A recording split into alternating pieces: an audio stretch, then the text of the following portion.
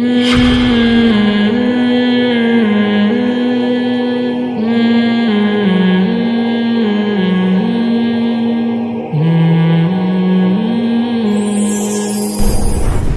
اگر ہے تو لوگ ڈرتے ہیں رشتہ کرتے ہوئے.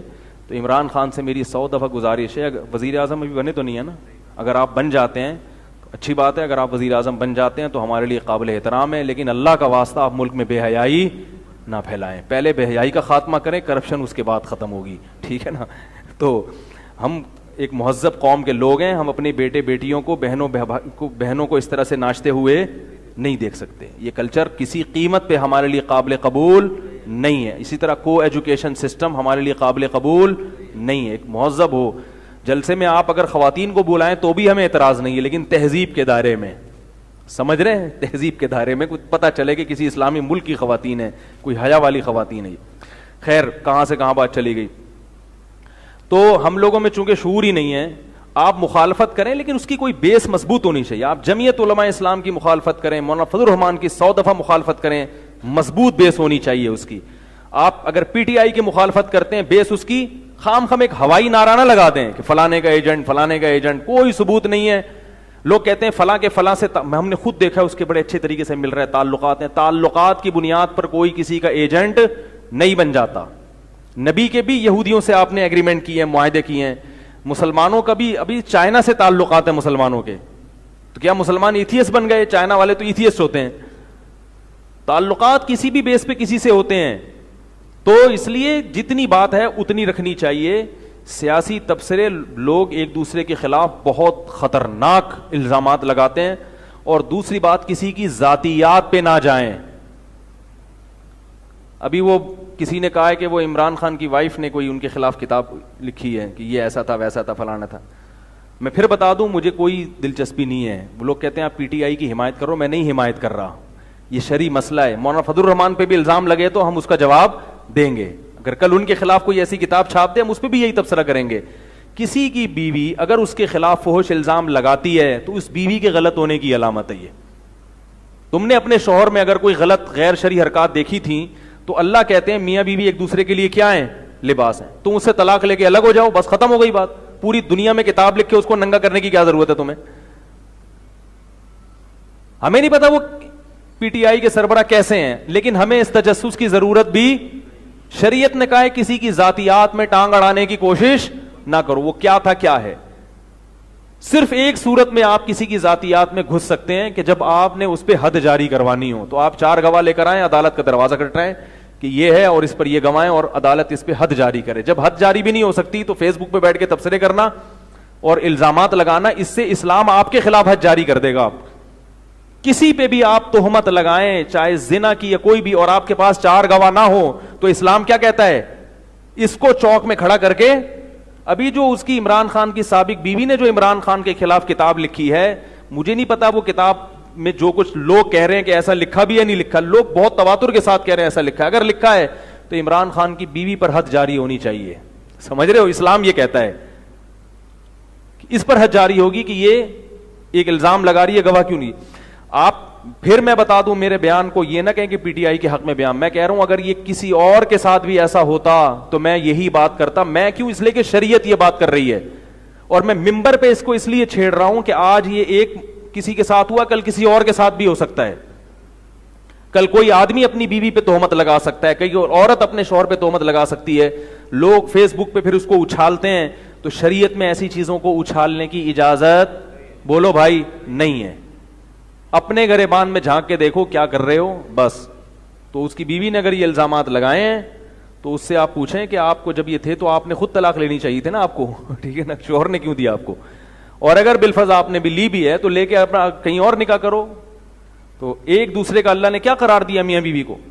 میرے پاس خواتین کے فون آتے ہیں, میرا شوہر ایسا. میں کہتا ہوں اللہ کا واسطہ آپ اپنے شوہر کے بارے میں مجھے نہ بتائیں کہ کیسا ہے, مجھے صرف یہ بتائیں کہ آپ کے حقوق ادا کر رہا ہے یا نہیں کر رہا. آپ کے حقوق ادا کر رہا ہے, چپ کر کے آرام سے پڑھی رہیں.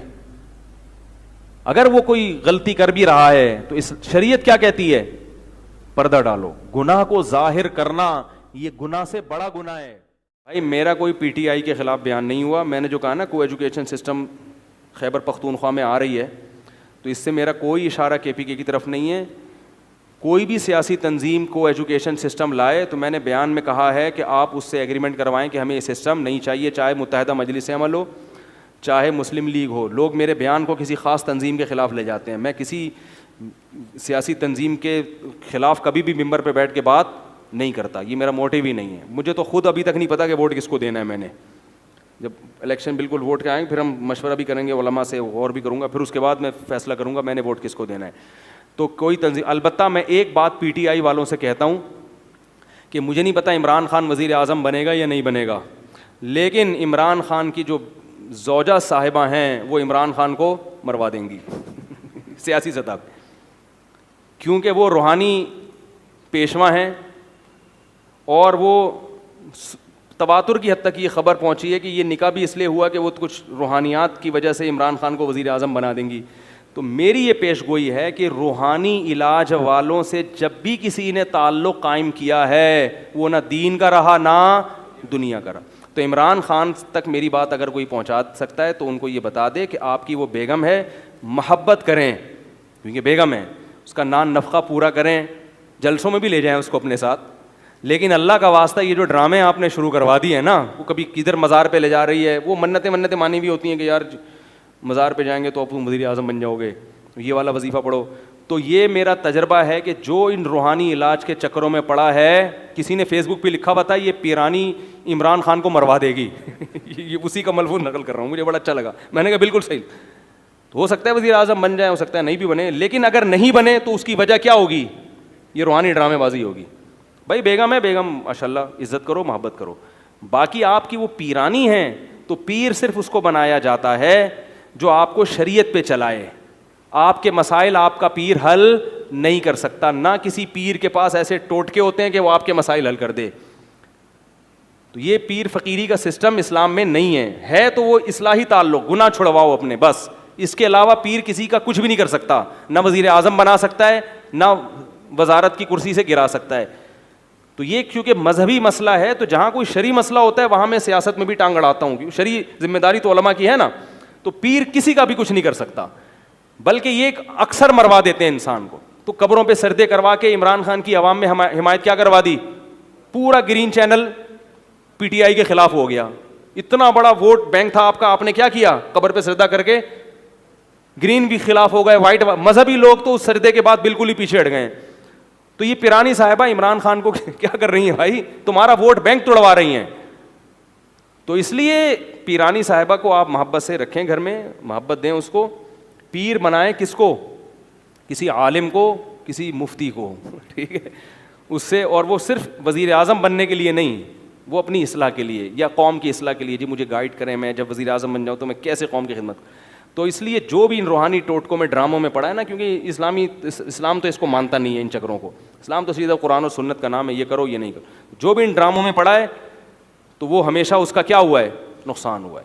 اللہ تعالیٰ, کیونکہ ایسا بھی ہو سکتا ہے کہ کل کوئی اور, کل مسلم لیگ نون بھی جو ہے نا نواز شریف بولیں یار چلو پار لگا دیں, تو یہ پیر فقیر کسی کی کشتی پار, یہ تو اپنی کشتی کے لیے آپ کے محتاج ہوتے ہیں. تو اس لیے یہ روحانی ڈرامے بازیوں میں نہیں پڑنا چاہیے انسان کو. اللہ تعالیٰ عمل کی توفیق عطا فرمائے.